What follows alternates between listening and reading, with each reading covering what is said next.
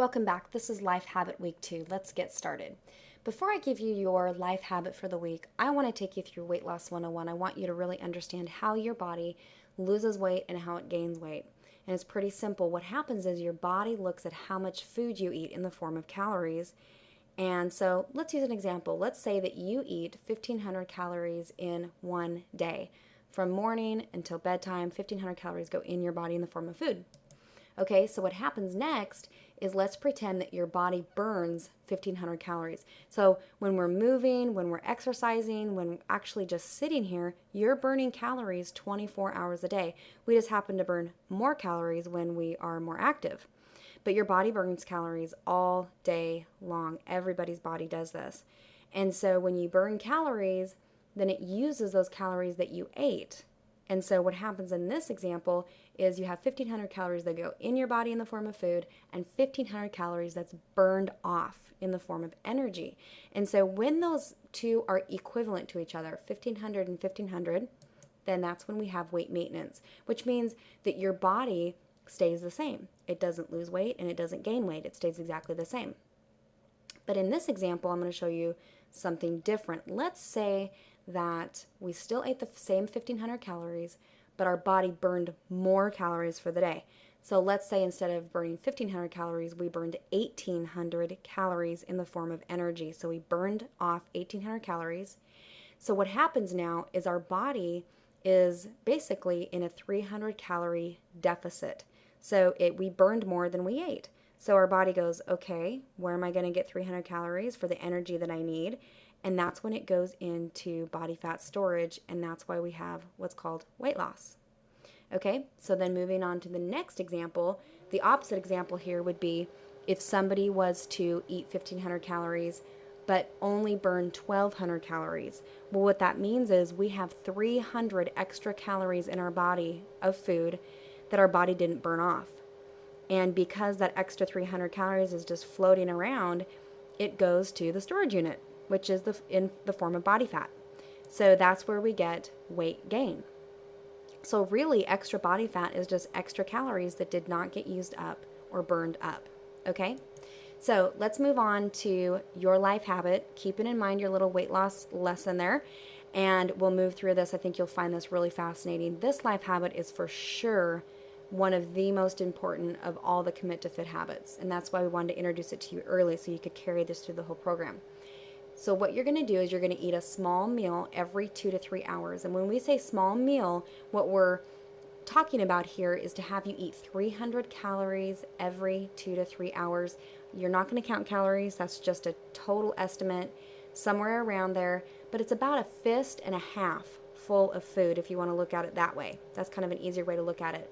Now on this screen, you might want to pause the video and write this down because these are examples of 200 to 300 calories. We just put this up here so that you could get ideas of basically some different foods to eat, because when you're eating more often, you have to come up with more food to eat.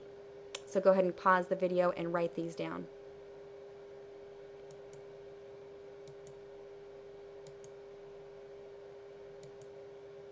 Okay, here's an example of your day. Let's see what this looks like. Let's say that at 7 in the morning you eat your first meal, and then 10 a.m., because that's 3 hours later, you have your second one. And then about noon, maybe between noon and 12:30, you have your third meal. And then 3 p.m. you eat again, 6 p.m. you eat again, and you might eat again at 8 o'clock. Okay, so that's 6 times right there. Now, what we're going to point out here is that for females, this 6th meal is really optional. If you're working out hard, so you have a really hard exercise routine, you're probably going to want that 6th meal. But if you're not working out or you're working out very, very lightly, then you probably don't need that 6th meal. Okay, so I want to point out here that when you're eating your food, your vegetables are quote-unquote free. What that means is they don't count as part of your fist and a half portion size, okay? So if you were going to have chicken breast and a side of rice, maybe a half a cup of rice, and then you had a big salad with it, that salad doesn't count in your portion size or in your calories. Now sauces, on the other hand, you want to you really want to look at that. You want to look at dressings and you want to look at oil and that kind of thing. Now, can you have dressing and olive oil in that? Of course you can, but in very, very minimal amounts because the fat is usually pretty high. Now, if you do dressings, really beware of the fat-free version and actually look at the amount of sugar that's in there, because some of the fat-free versions are really high in sugar. Because let's face it, they have to make it taste good somehow. So it's either fat or sugar. So if they take the fat totally out, usually it has a lot of sugar in it. So sometimes if you just pick something light, middle of the road, and do a tablespoon, you'll be fine. Okay, also want to point out here, a lot of you are drinking Spark. Actually, I think everybody's drinking Spark, and that's a quote-unquote free food. What that means is you can just input Spark anywhere in your day, and it doesn't count as one of your little tiny meals here. Okay, so a little caution symbol coming up. There's your juice, or it could be alcohol. Either way you want to look at that. And what I thought I would do here is point out what that first meal is probably going to look like for you. Is most of you are drinking the meal replacement shake in the morning.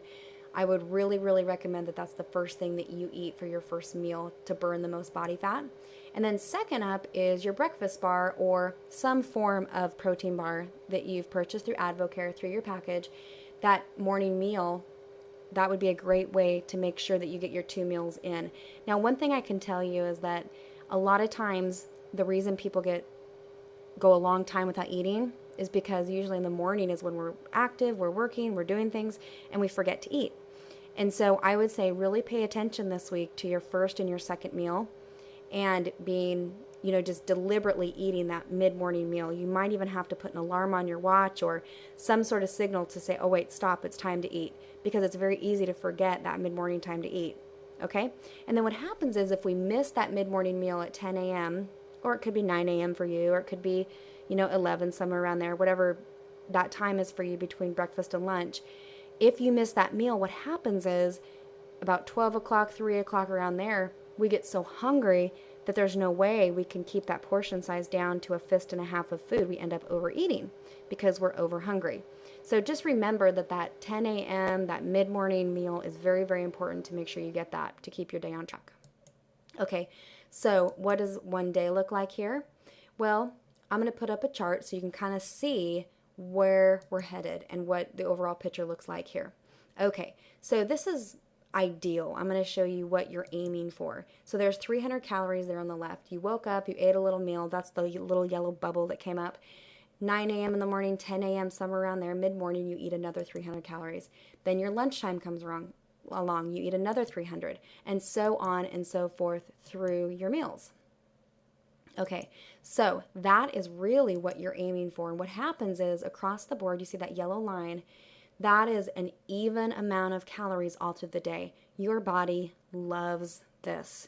And this is where you get that even energy and not the crashing and the ups and the downs all day long.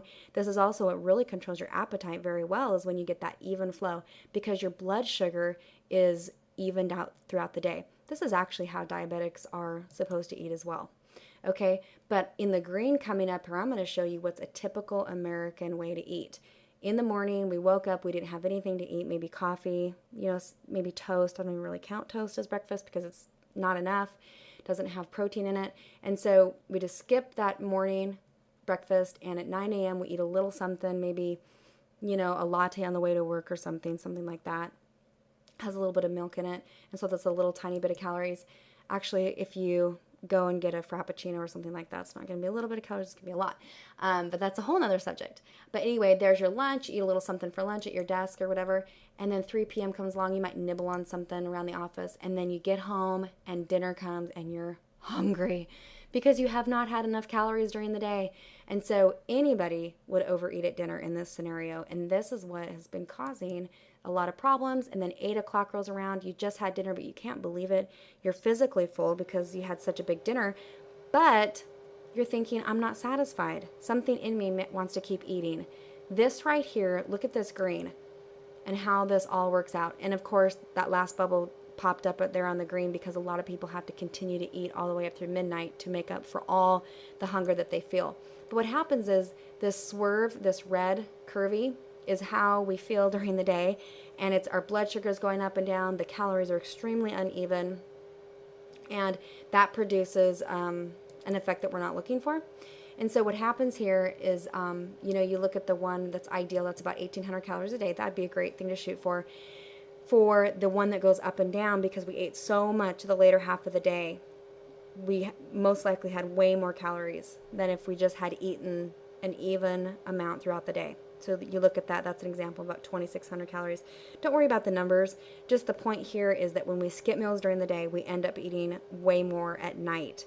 So when it's all said and done, we're in surplus of calories. Remember the weight loss 101 slide? When you have too many calories in and not enough burning, that's when we have that weight gain. Okay, I'm going to show you the sumo wrestler diet.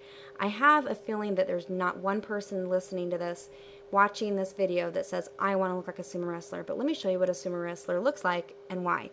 Okay, they sleep all night long. They wake up in the morning, going along here like a timeline. They do the little tiny eating during the day, or maybe none at all, and then they eat the majority of their calories at night.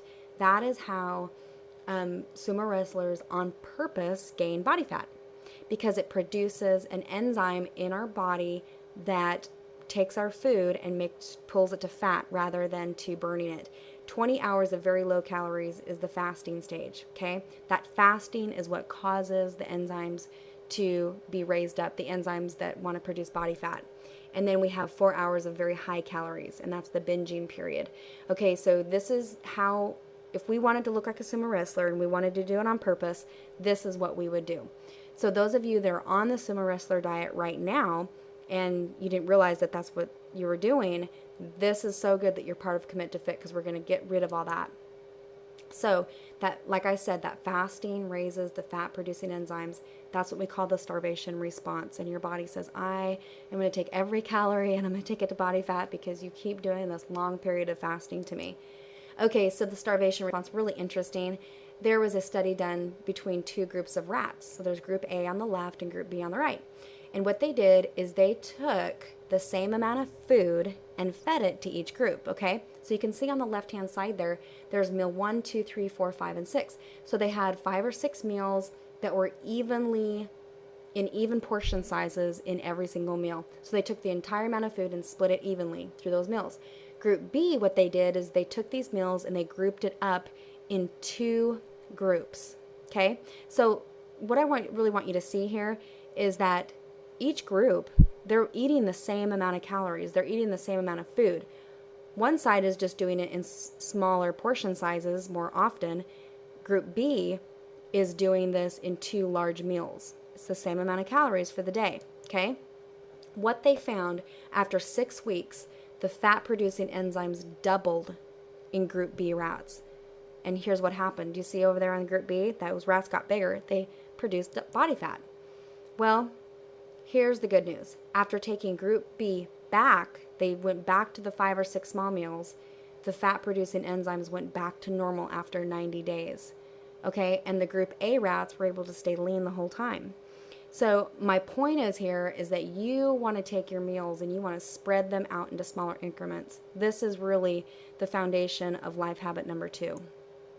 Okay, so how do you keep your metabolism burning high all day? This is a great visual for you. It's the same way you keep a fire burning, okay? So what you're going to be doing here is you're going to be thinking about your body like a fire. And here's these logs coming down. These are actually supposed to be twigs, but they're coming down on the fire and they're keeping the fire all hot and burning. And basically all that means is that your body gets to be hot all day. What happens when you take a big old log and slam it on the fire? Well, and then you don't feed it any more twigs later, the fire goes out. So think of your meals like little twigs on the fire going through the fire all day long to keep it going. So how are we going to make this happen? Well, we need to plan ahead. We need to write out a meal plan for the week. This can be the most challenging because it takes a little bit of time to plan ahead. But this is where it's just really important, because you don't want to wake up in the morning, run out of the house with nothing to eat and then get to work and go, okay, wait, what am I going to eat? Oh gosh, I'm supposed to be eating right now. Well, and you don't want to run to the vending machine because that's going to sabotage our efforts here. So we want to make sure that we plan ahead, get some meals in our mind. Go back to that list that we had a few slides back. Number 2, you want to make a grocery list and stock up on exactly what you need. Feed your family this way too. This is a great way to keep everybody fit and the energy level up. If you're going to work, pack your meals. That'll save you a lot of money too. And then eat within 1 hour of waking up. That first meal, which is your shake, needs to be in your body within an hour of waking up so that you can fit all of your food in. And then plus it'll enhance your fat burning results when you eat that early in the morning. Some people I know get up very early, maybe 4 in the morning, 5 in the morning, and they say, okay, eat at, 9 or 10. That is way too long because you're continuing to fast when you wake up. So you want to break that fast in the morning by eating your shake within an hour of waking up. Okay, and then finally, at first, you might have to eat by the clock to break old habits, especially during the first half of the day. And we talked about that a little bit ago. So here's your point rules. Number 1, eat at least 5 small meals to get your point, okay? And then space your meals 2 to 3 hours apart.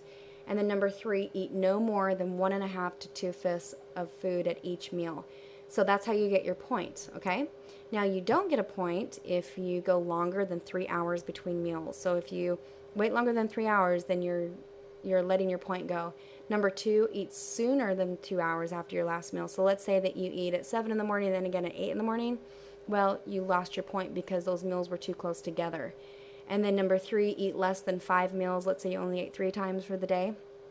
Then you don't get a point. Number 4, if you eat more than 1.5 to 2 fifths full of food, then you're overeating. Now remember, the veggies do not count as part of that serving size. So if you eat 2 fifths of food, you're fine. You get bigger than that, it's going to be a problem and you lose your point. So you might be asking yourself, well, who's going to know if I do this or not?